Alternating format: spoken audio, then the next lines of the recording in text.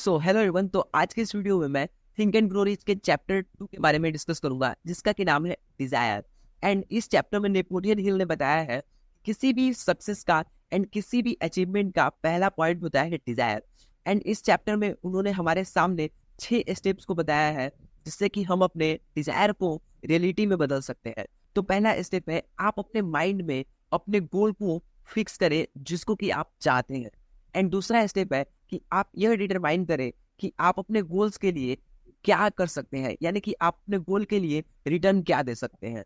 And तीसरा step है वो ये है कि आपको एक डेट फिक्स करना होगा कि आपको इस डेट तक तो इतने काम कर लेने हैं, आपको ये अचीवमेंट कर ही लेना है। फॉर एग्जाम्पल कि आपको $20, $20,000 इतने डेट तक तो इतने डेट तक तो कमा ही लेने हैं।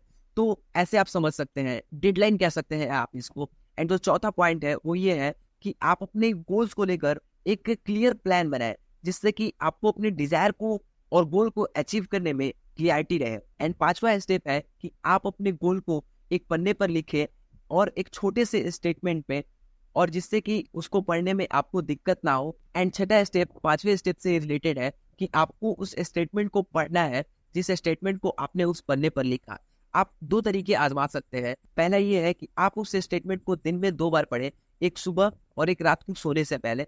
और दूसरा ये है कि आप विजुलाइज करें उस गोल्स को या फिर उस स्टेटमेंट को जिसको कि आपने लिखा है। एंड इसको आप 30 मिनट तक प्रैक्टिस कर सकते हैं एकांत में बैठ करके, जिससे कि आपकी विजुअलाइजेशन पावर बढ़ेगी। एंड विजुअलाइजेशन के बारे में थर्ड चैप्टर में और अच्छे से बताया गया है, तो मैं थर्ड चैप्टर का भी वीडियो तुरंत ही डालूंगा।